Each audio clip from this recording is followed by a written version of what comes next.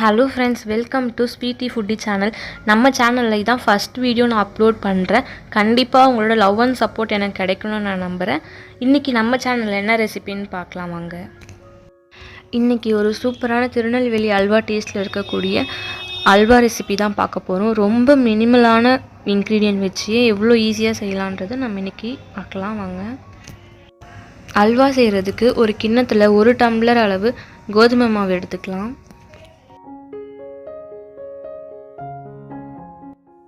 இது கூடவே அந்த மாவு எடுத்த டம்ளர்லேயே 1 டம்ளர் தண்ணி எடுத்துக்கலாம். அதை ஆட் பண்ணிவிட்டு நல்லா கட்டிகள் இல்லாமல் நல்லா கரைச்சி விட்டுறலாம் மாவை. இப்போது செகண்ட் டம்ளர் தண்ணி ஆட் பண்ணிக்கலாம். டோட்டலாக 5 டம்ளர் தண்ணி ஆட் பண்ணணும். 1 டம்ளர் கோதுமை மாவுக்கு 5 டம்ளர் தண்ணி ஆட் பண்ணணும். இதுதான் கரெக்டான அளவு. இப்போ 3rd டம்ளரும் நம்ம ஆட் பண்ணிட்டோம். அடுத்து 4th டம்ளரும் ஆட் பண்ணிட்டோம். 5th டம்ளரும் ஆட் பண்ணிவிட்டு நல்லா மிக்ஸ் பண்ணி விட்டுடலாம் மாவை.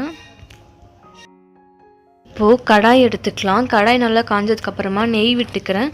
இதில் முந்திரி பருப்பை ஆட் பண்ணி நல்லா ரோஸ்ட் பண்ணி எடுத்துக்கலாம்.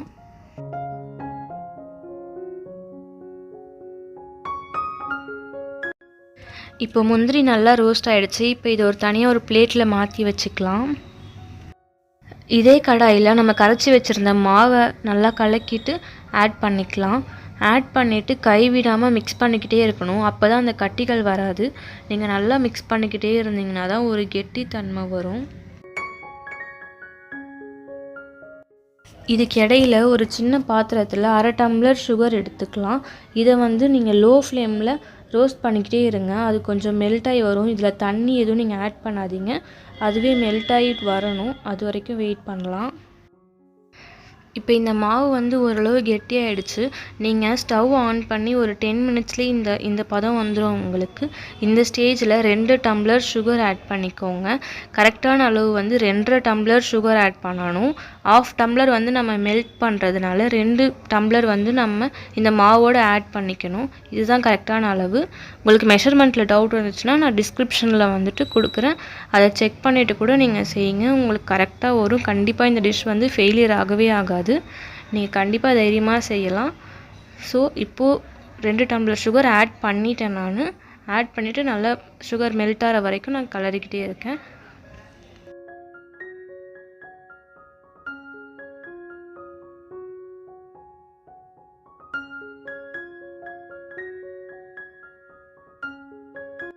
இப்போது இந்த மெல்ட் பண்ணி வச்சுருந்த சுகரை இந்த மாவு கூட ஆட் பண்ணி நல்லா மிக்ஸ் பண்ணி விட்டுக்கலாம். நீங்கள் கைவிடாமல் கலந்துகிட்டே இருந்தீங்கன்னா தான் சீக்கிரமாக அது ரெடி ஆகும். இப்போது இது நல்லா மிக்ஸ் ஆகிற வரைக்கும் நம்ம கலரிக்கிட்டே இருக்கணும். மேக்ஸிமம் நீங்கள் லோ ஃப்ளேம்லேயே வச்சு பண்ணுங்கள். அப்போ தான் உங்களுக்கு எந்த தப்பும் இல்லாமல் வரும். இப்போது இது லைட்டாக கெட்டியாகி வந்திருக்கு. இது கூட நம்ம நெய் கொஞ்சம் ஆட் பண்ணிக்கலாம். நான் 3/4 டம்ளர் நெய் எடுத்திருக்கேன். இதை 3 பார்ட்டாக பிரித்து தான் நான் ஆட் பண்ண போகிறேன். உங்களுக்கு நெய் நல்லா சொட்ட வேணும் அப்படின்னா நீங்கள் 1 டம்ளர் கூட ஆட் பண்ணிக்கலாம். நான் 3/4 டம்ளர் தான் ஆட் பண்ணுறேன். அதில் பாதி இப்போ ஆட் பண்ணி மிக்ஸ் பண்ணிக்கிட்டு இருக்கேன். இப்போ பார்த்தீங்கன்னா கொஞ்சம் கெட்டியாகி வந்திருக்கு. இப்போது செகண்ட் பார்ட் நான் கொஞ்சம் ஊற்றுறேன். இதில் ஆட் பண்ணிவிட்டு நல்லா மிக்ஸ் பண்ணி விட்டுக்கலாம்.